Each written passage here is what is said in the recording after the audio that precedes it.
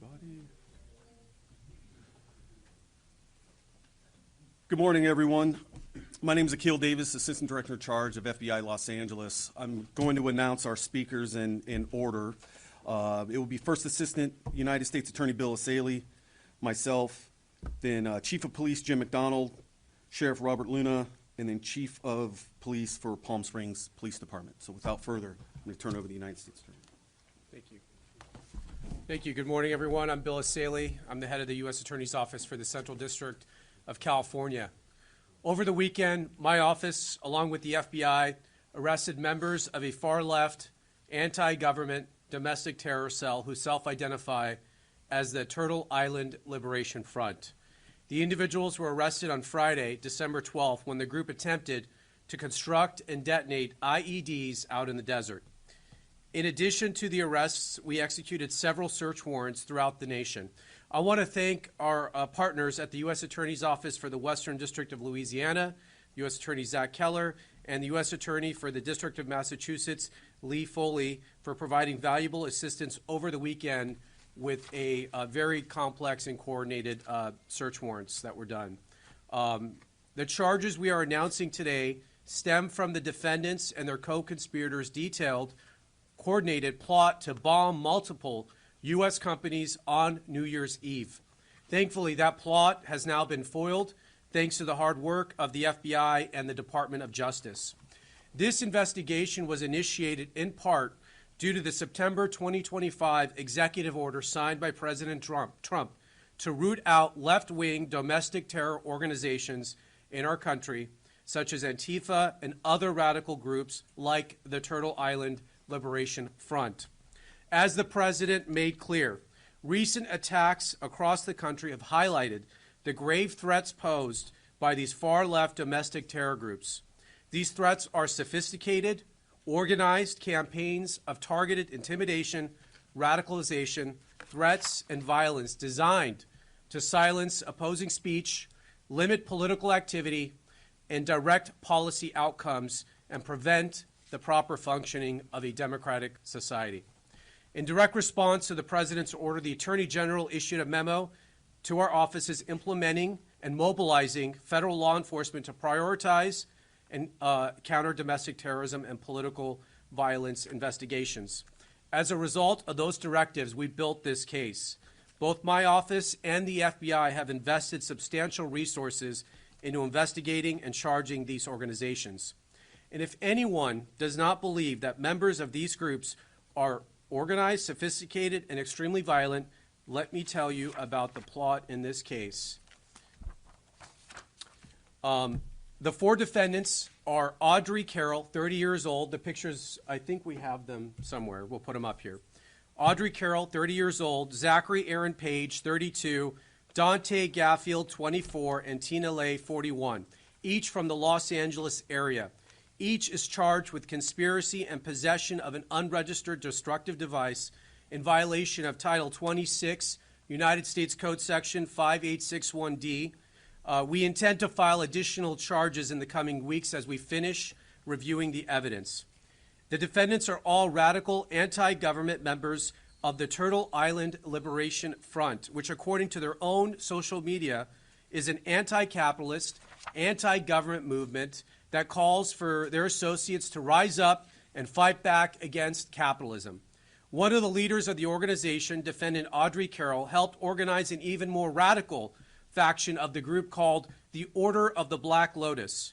Each of the defendants charged today was also a member of the Order of the Black Lotus. Carroll described this group to her co-conspirators as everything radical. As detailed in the federal complaint, which we will now make public, in November 2025, defendant Carroll created a detailed bombing plot to use explosive devices to attack 5 or more locations across Southern California on this upcoming New Year's Eve. Carroll and her co-defendant, Zachary Page, led the effort to obtain and build the bombs and to recruit others to join in their plot. Carroll's bomb plot was explicit. It included a step-by-step instructions to build IEDs or improvised explosive devices and listed multiple targets across Orange County and Los Angeles. Carroll also made clear her desires She said, quote, "What we are doing will be considered a terrorist act." Carroll and Page also discussed plans for follow-up attacks after their bombings, which included plans to target ICE agents and vehicles with pipe bombs. Carroll stated that those plans would, quote, "take some of them out and scare the rest." Throughout early December, the co-conspirators discussed their plans during an in-person meeting in Los Angeles and through an encrypted messaging application. As part of the plan, the four defendants planned to build test bombs in the Mojave Desert. You're going to hear more details about the bombs they intended to build and how the operation went down in the desert here shortly from the FBI Assistant Director in charge. In preparation for the plan, the co-conspirators purchased multiple pieces of bomb-making materials and discussed their travel plans to the desert. Last Friday, December 12th, the defendants took a significant step to carry out their plans. They traveled to the remote campsite, which you're going to see some video of, in the desert, and they began unloading their bomb-making materials to assemble and test the bombs. They had everything they needed to make an operational bomb at that location, and they were subsequently arrested by the FBI before they could build a functional explosive device. Shortly after the defendants were taken into custody, the FBI executed multiple search warrants, including at the defendants' Southern California residence and other locations throughout the country. I'll highlight some of the items found during those searches over the weekend. For example, in Carroll's residence, law enforcement found multiple posters and materials associated with Turtle Island Liberation Front, including posters stating, quote, "Death to America, long live Turtle Island and Palestine," and, quote, "Death to ICE, Turtle Island Liberation Front." In Page's residence, law enforcement found a copy of the detailed bomb attack plan. This case is another reminder about the dangers that radicalized Antifa-like groups pose to public safety and the rule of law. Through the tireless work of our prosecutors in my office and our law enforcement partners, which you will hear from today, we disrupted this terror plot before buildings were demolished or innocent people were killed. But this is not the end of our work. My office is committed to extinguishing the far-left terror threats that we face, and will continue to work 24 hours a day, 7 days a week. The four defendants arrested will make their initial appearance this afternoon at the federal court in downtown Los Angeles. They are each considered innocent until proven guilty. I will now turn it over to the Assistant Director in charge of the FBI LA office, Akil Davis. Good morning. Again, my name is Akil Davis. I'm the Assistant Director in charge of the FBI's Los Angeles Division. As we're all aware, we've had a busy weekend in this country and abroad with bad news incidents one after another. Today, we are announcing a major victory in our collective effort to protect the American people.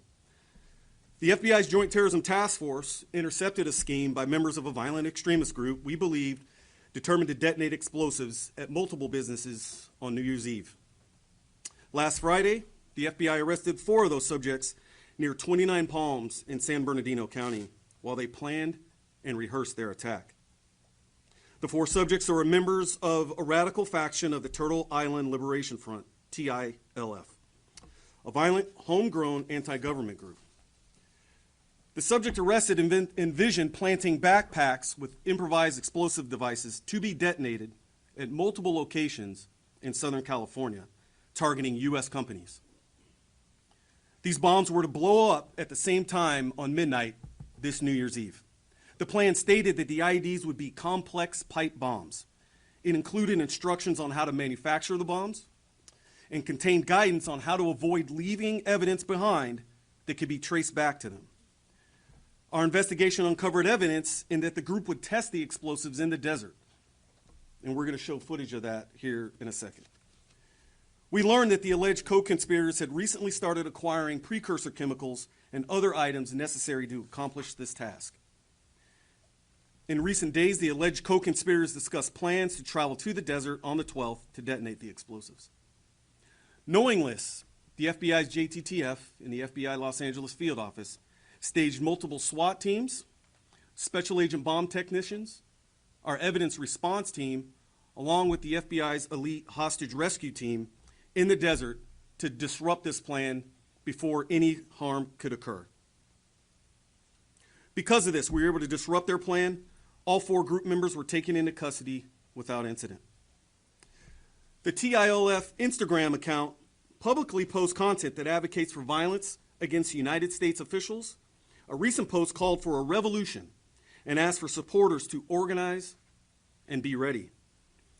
The FBI, as you have seen here, can also organize and be ready. We could not have accomplished these arrests without the exceptional assistance from our partners on the Joint Terrorism Task Force.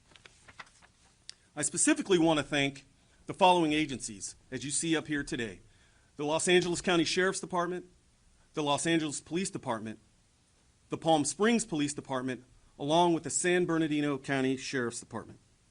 I also want to recognize the following FBI field offices as this investigation crossed the entire country: the New Orleans Division, the Buffalo Division, Indianapolis Division, and the Boston Division, who, as you all know, have had their hands full this weekend. In fact, an additional was arrest by our partners at FBI New Orleans in support of this investigation. I will now turn it over to the Los Angeles Police Chief, Jim McDonald. There you go, Jim. Well, thank you, and good morning, and we appreciate you being here today. Los Angeles Police Department is proud to stand alongside our federal, state, and local partners today to announce the arrest stemming from a coordinated domestic terror plot. The case underscores the persistent threat posed by extremist groups and individuals, as well as the critical need for law enforcement agencies to remain vigilant in protecting our communities. The successful disruption of this plot is a powerful testament to the strength of our unified response, driven by the collaboration and tireless efforts of the FBI's Joint Terrorism Task Force, along with our allied agencies. Together, we have prevented a potential tragedy and reaffirmed our shared commitment to safeguarding our communities. I want to personally thank the dedicated men and women from every agency involved. Their relentless work over the past several days has ensured that those responsible were apprehended swiftly and safely and without harm to our neighborhoods. Thank you. I'll now call up Sheriff of Los Angeles County, Robert Luna. Well, good morning, everybody, and thank you for being here to cover this, what I believe is a very, very important story for our community. This successful operation was a result of quick, proactive investigative work, and I want to emphasize strong collaboration. And ADIC Akil Davis mentioned it and gave credit to all the law enforcement here in Southern California. It is better here, it always has been, than anywhere else in the country, and we're very proud to be part of the Joint Terrorism Task Force. For us at the Sheriff's Department, we've been part of it since after 9/11.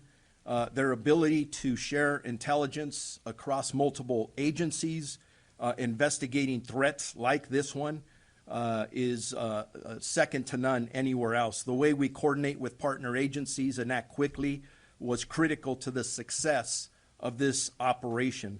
And like I said before, there's no other area like here in LA County with our partnership that has been here for years with the FBI and LAPD and the other law enforcement agencies around us. Since this threat was uncovered last week, our Sheriff's Task Force officers and intelligence analysts working closely with our law enforcement partners have been working around the clock to verify information, identify targets, and piece together this plot that you've heard described. Their strong investigative efforts, sharp situational awareness, and rapid response ensured that this threat was stopped before it ever had a chance to be carried out. I'm incredibly proud of the professionalism and dedication shown by the men and women who worked tirelessly to bring this threat to an end before it could cause harm to anybody in our community. To our community, I know hearing about these incidents like this can be unsettling, especially in the light of the recent Brown University mass shooting and the Sydney, Australia terrorist attack. But today serves as a powerful reminder that strong collaboration between federal, state, and local law enforcement can prevent violence before it occurs. As we enter the holiday season, a time when families and friends come together across traditions, cultures, and beliefs, this incident is a stark reminder of the importance of vigilance and to be prepared at all times. Vigils whose goal is to divide us, to instill fear, and to target the very diversity that makes our country strong. I want to be very clear, what you see here, this investigative work and the follow-up that's been done shows that they will not succeed. Our community's diversity is our strength, and protecting every member of our community is our primary duty. Whether you are celebrating Christmas, Hanukkah, Kwanzaa, New Year's, or simply gathering with loved ones, you deserve to feel safe. We are committed to ensuring that safety today and every day. We remain dedicated to protecting our entire community through ongoing intelligence gathering and threat assessments, strengthening partnerships across all of our agencies, engaging with the public to promote awareness, vigilance, and resilience. And finally, I encourage everyone to stay alert, trust your instincts, and report suspicious activity. And as we always say in law enforcement, if you see something, read something, or say something, your awareness, your eyes, and ears can help us protect the entire community as we did in this incident. I will now introduce the police chief of the Palm Springs Police Department, Andy Mills.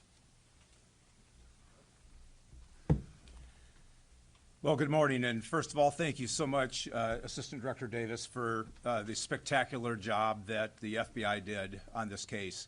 We were just in a very supportive role only, making sure that the FBI had what they needed in the desert to execute their mission. But on a larger perspective, I just want our community to know that this gives me hope. It gives me hope because of the unified effort of all of law enforcement, from the Sheriff's Office to LAPD, San Bernardino Sheriffs, and the FBI, working together to make sure that people like this are removed from the community so they can be prosecuted by the U.S. Attorney's Office, to make sure that all of us can live in peace. And this is what our mission is to make sure that there's hope in all of our communities. So thank you very much for the spectacular job that the A-team showed up and did.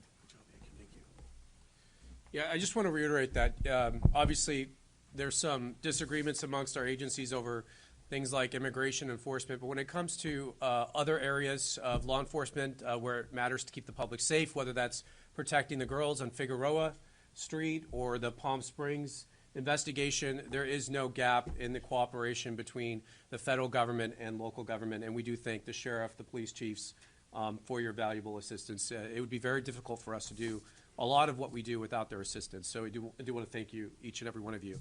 With that, we'll open it up to a few questions. Oh, we're going to play the video. All right, play the video.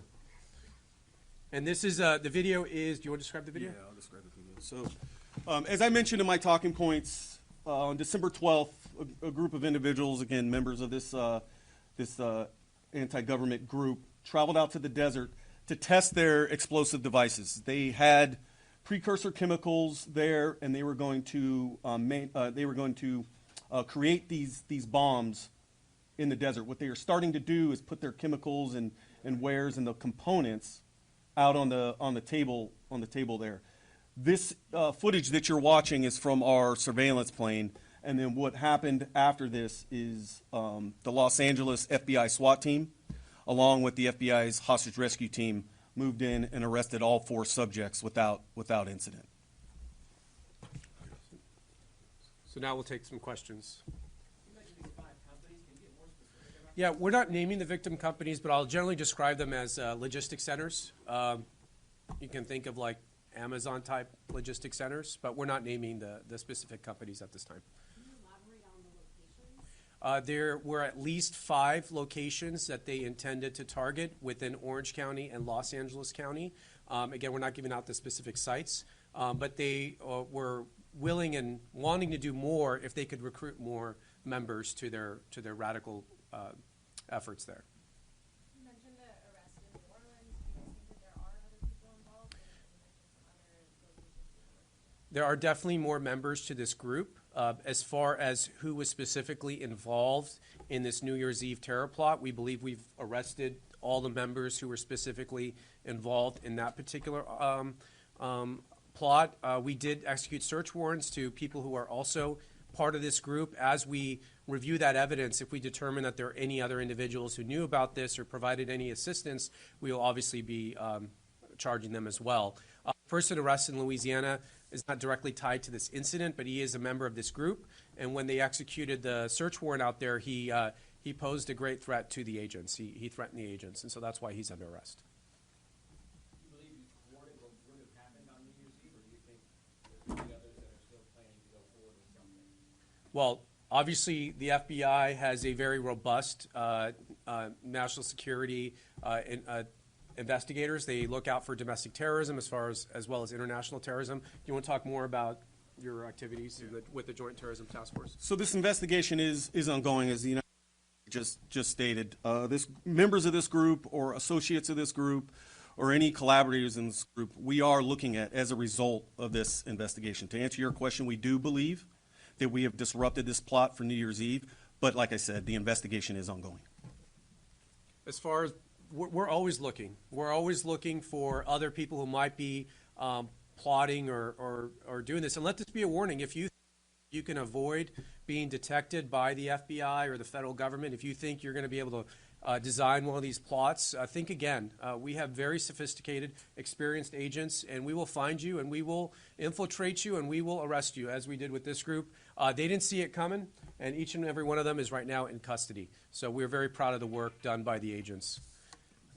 Yes, any other questions? The names are done, the operations are done. What's the relationship? The name of the operation. Yeah, just the name. It's just a name. Looks like one of the names is missing from the people who were arrested. Are you able to talk about it? Yeah, why is that name off? I think that was a. That's Page. Zachary Aaron Page, 32. Okay. Any other questions? Yeah, if they want to. Did you want it? Sure. Yeah, go ahead.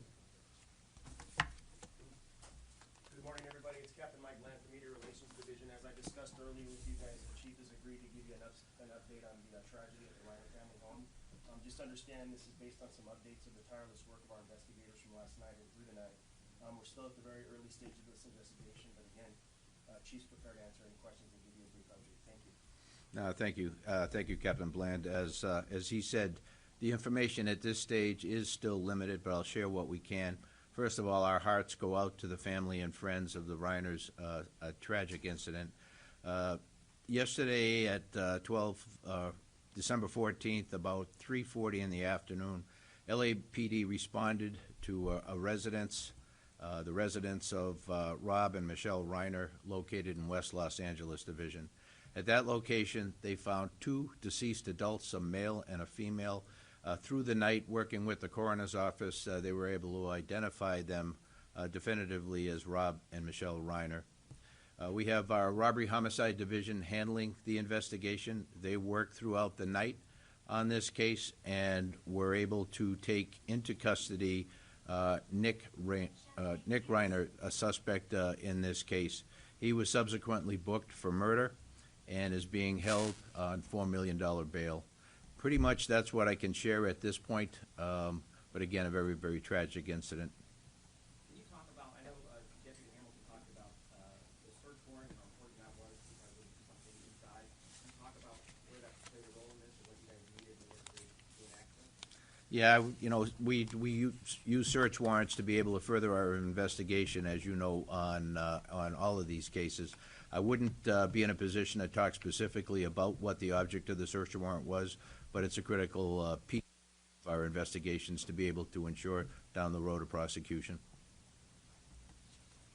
Thank you all very much.